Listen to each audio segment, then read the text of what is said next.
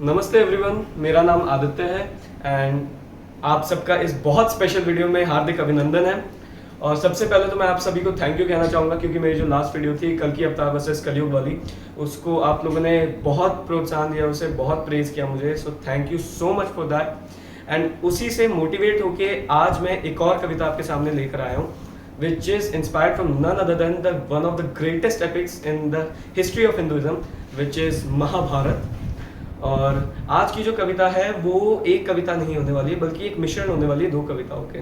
तो जो इसका पहला भाग रहेगा वो मैं आपको बताने वाला हूँ कि जब श्री कृष्ण हस्तिनापुर आते हैं टू आस्क फॉर 5 गांव के लिए, जब वो मांग करते हैं और जो दुर्योधन उनको अपमानित करके निकाल देता है, एक तो वो पार्ट रहेगा और दूसरा रहेगा कुरुक्षेत्र युद्ध में जो भगवान ने जो गीता का साथ दिया अर्जुन को और जो पूरा कुरुक्षेत्र का युद्ध हुआ उसका एक पार्ट रहेगा। जो फर्स्ट पार्ट है, आपने एक बहुत बड़े कवि हैं जिनका आपने नाम सुना होगा, रामधरी सिंह दिनकर, जिन्होंने एक बहुत बड़ा महाकाव्य है रश्मि रथी करके वो लिखा है। तो जो फर्स्ट पार्ट है मैंने उनका जो तृतीय सर्ग है रश्मि रथी का उसमें से मैंने लिया है और वो मैं आपके सामने एज अ मीडिएटर आज प्रेजेंट करूंगा।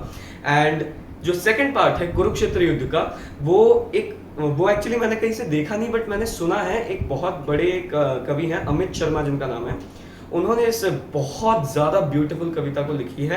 एंड ये जो दोनों कविताएं हैं इनका आपको जो लिंक है वो डिस्क्रिप्शन बॉक्स में मिल जाएगा, सो आप ओरिजिनल वीडियो भी चेकआउट कर सकते हैं। So let's start the video without any stopping. So सबसे पहले पार्ट पे आते हैं जो है कि श्री कृष्ण हस्तिनापुर आए हैं लास्ट फाइनल कॉल मेक करने की, भाई मैं अंतिम प्रयास कर रहा हूँ और इस अंतिम प्रयास का निष्कर्ष ये होगा कि युद्ध रुक जाए। तो वो क्या कहते हैं जो दिनकर जी ने लिखा है मैं वो आपसे साझा करता हूँ। तो शुरू करते हैं। तो श्री कृष्ण कहते हैं कि वर्षों तक वन में घूम घूम बाधा विघ्नों को चूम चूम सैधूप गाम पानी पत्थर पांडव आए कुछ और निखर सौभाग्य न सब दिन सोता है देखे आगे क्या होता है। मैत्री की राह बताने को सबको सुमार्ग पर लाने को दुर्योधन को समझाने को भीषण विध्वंस बचाने को भगवान हस्तिनापुर आए पांडव का संदेशा लाए।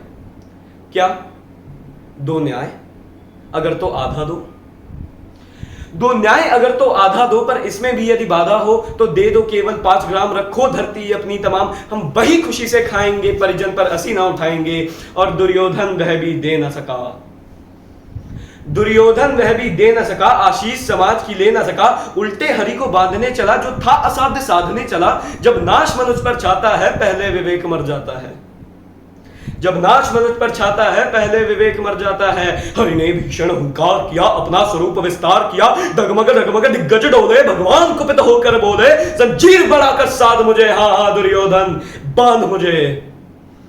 यह देख गगन मुझ में लय है, यह देख पवन मुझ में लय है, मुझ में विलीन संसार सकल, मुझ में लय है झंकार सकल, अमृत फूलता है मुझ में, संघार झूलता है मुझ में, उदयाचल मेरा दीप्तिवाल भूमंडल वक्षस्थल विचाल, भुज परिधि बंद को घेरे है, मैं नाक मेरु पग मेरे हैं, और दिप्ते जो ग्रह नक्षत्र निखर सब है मेरे मुख के अंदर, और दृढ़ हो तो दृश्य अकांड देख मुझ में सारा ब्रह्मांड देख। षटकोटि सूर्य षटकोटि चंद्र षटकोटि सरित सर सिंधु मंद, षटकोटि विष्णु ब्रह्मा महेश, षटकोटि विष्णु तलपति गणेश, षटकोटि रुद्र षटकोटि काल, षटकोटि दंडधर लोकपाल, जंजीर बढ़ाकर साधने, हाँ हाँ दुर्योधन बांधने। भूलोक अतल पाताल देख अगत और अनागत काल देख, यह देख जगत का आदि सृजन, यह देख महाभारत का रण, मृतकों से पटी हुई भू है पहचान कहां उसमें तू है।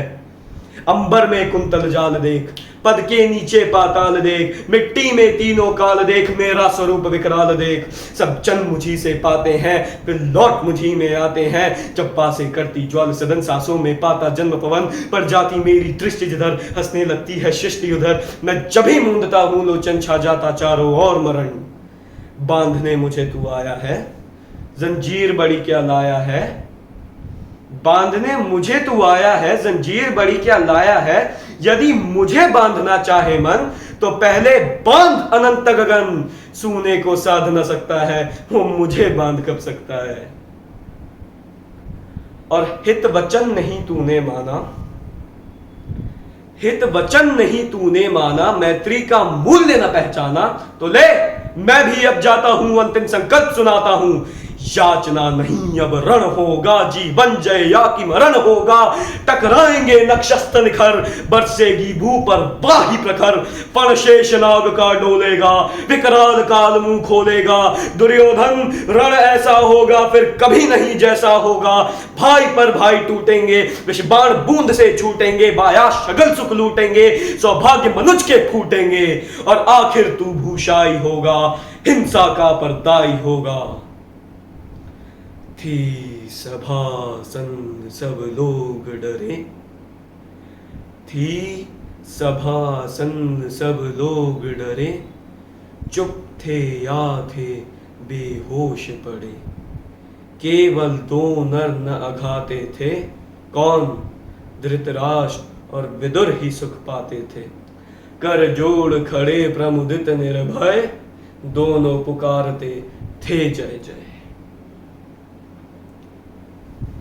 ये कहकर भगवान हस्तिनापुर को छोड़कर इंद्रप्रस्थ वापस लौटे और उन्होंने युधिष्ठिर को बताया कि वो मूर्ख दुर्योधन, उसकी बुद्धि इतनी मती हो गई है कि वो तुम्हें तिनके भर जमीन देने को भी तैयार नहीं है और अब तुम्हारे सामने युद्ध ही शेष है, तो युद्ध ही सही, नहीं तो आपके पास कुछ नहीं बचेगा।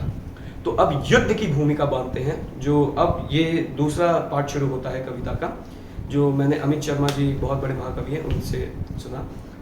तो युद्ध को हम ऐसे बांध सकते हैं कि एक तरफ कौरवों की सेना है, एक तरफ पांडवों की सेना है और तलवार, धनुष और पैदल सैनिक कुरुक्षेत्र में खड़े हुए। एक चित्र बनाता हूं आपके सामने कि तलवार, धनुष और पैदल सैनिक कुरुक्षेत्र में खड़े हुए, रक्त के प्यासे महारथी एक दूजे सम्मुख अड़े हुए। कई लाख सेना के सम्मुख पांडव पांच विचारे थे। एक तरफ थे योद्धा सब, एक तरफ समय के मारे थे।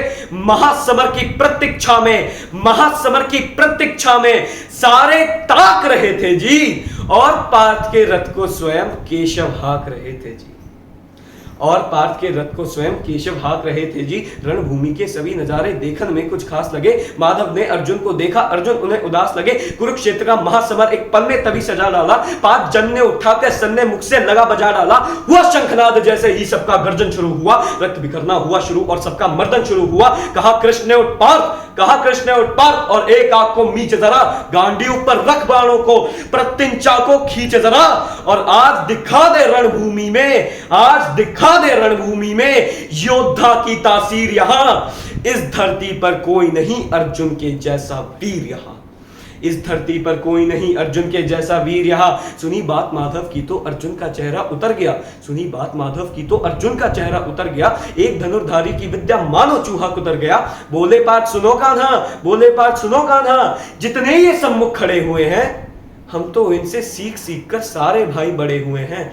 इधर खड़े बाबा भीष्म ने मुझको गोद खिलाया है, गुरु द्रोण ने धनुष बाण का सारा ज्ञान सिखाया है, सभी भाई पर प्यार लुटाया कुंती मात हमारी ने, कमी कोई नहीं छोड़ी थी प्रभु माता गांधारी ने।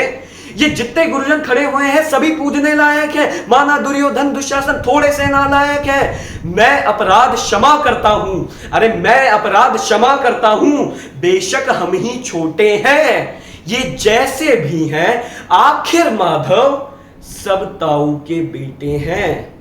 ये जैसे भी हैं आखिर माधव सब ताऊ के बेटे हैं, और छोटे से भूभाग के खातिर हिंसक नहीं बनूंगा मैं।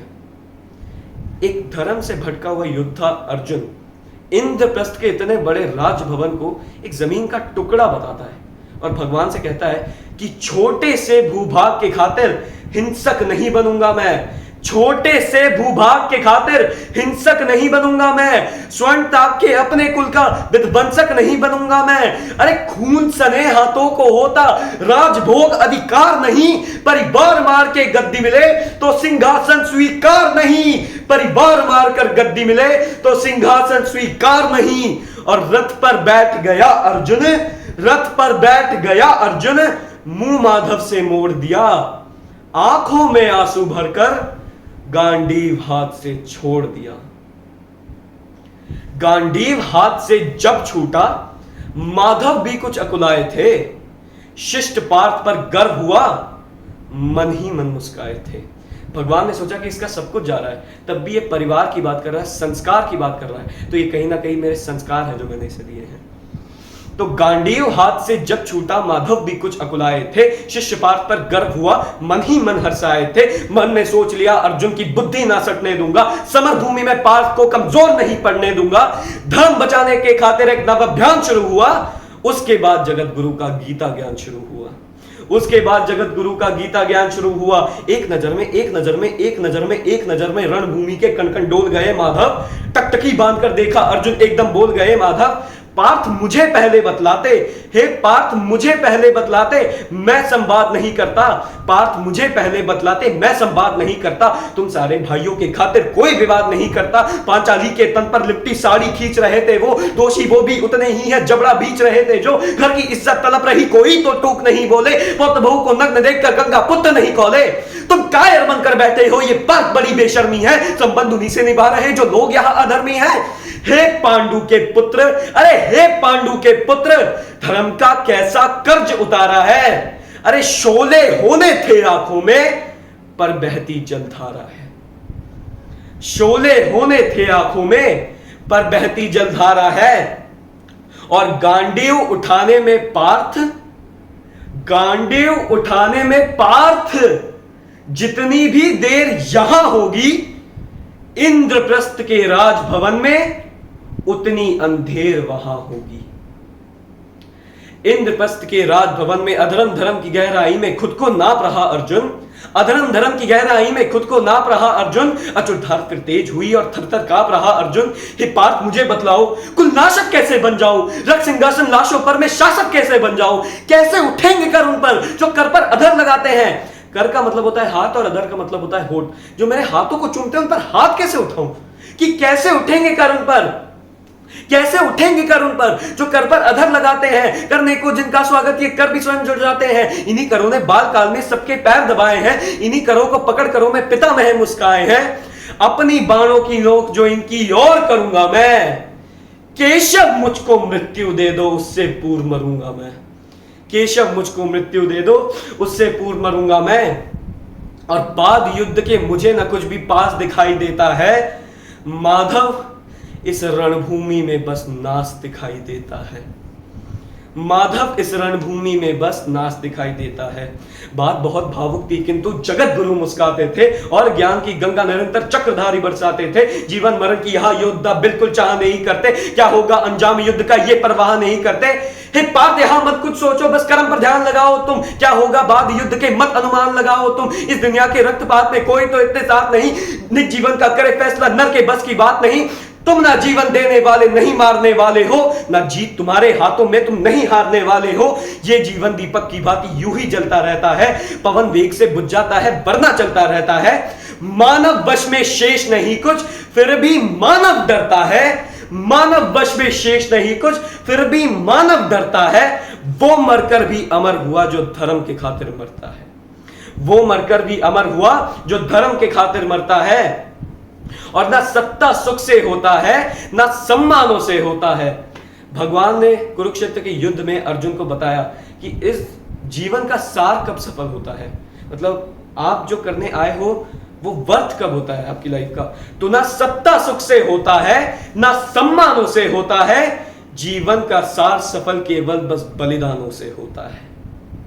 और देहदान, देहदान योद्धा ही करते हैं। देहदान योद्धा ही करते हैं, ना कोई दूजा जाता है। रणभूमि में वीर मरे तो शव भी पूजा जाता है। रणभूमि में वीर मरे तो शव भी पूजा जाता है। और योद्धा की प्रवृत्ति जैसे खोटे शस्त्र बदलती है, योद्धा की प्रवृत्ति जैसे खोटे शस्त्र बदलती है, वैसे ही मानव की दिव्य आत्मा दैहिक वस्त्र बदलती है। वैसे ही मानव की दिव्य आत्मा दैहिक वस्त्र बदलती है। फिर अर्जुन ने कहा कि माधव ये मान और सम्मान बताओ, जीवन के अपमान बताओ, जीवन मृत्यु क्या है। माधव ऋण में जीवन दान बताओ। काम क्रोध की बात कही तो मुझको उत्तम काम बताओ। अरे खुद को ईश्वर कहते हो तो जल्दी अपना नाम बताओ।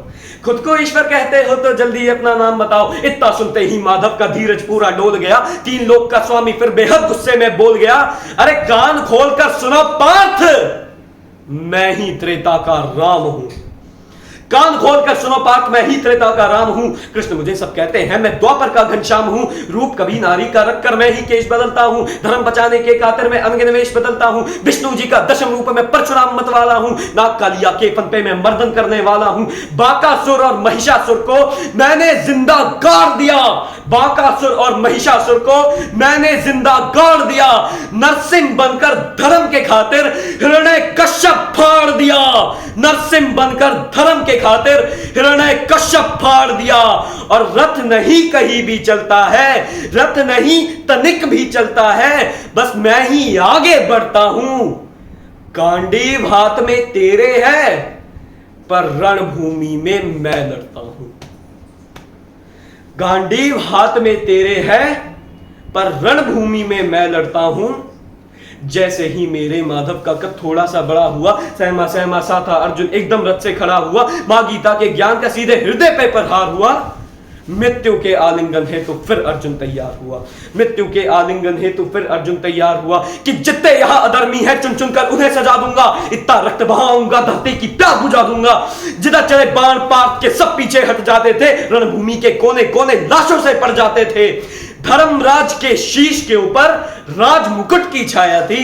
भगवान ने युद्ध जितवा दिया, युधिष्ठिर का राज्य अभिषेक हो गया। और इसी के साथ कविता की दो अंतिम पंक्तियां कि धर्मराज के शीश के ऊपर राज मुकुट की छाया थी। धर्मराज के शीश के ऊपर राज मुकुट की छाया थी, पर सारी दुनिया जानती थी ये बस केशव की माया थी। ये पर सारी दुनिया जानती थी ये बस केशव की माया थी।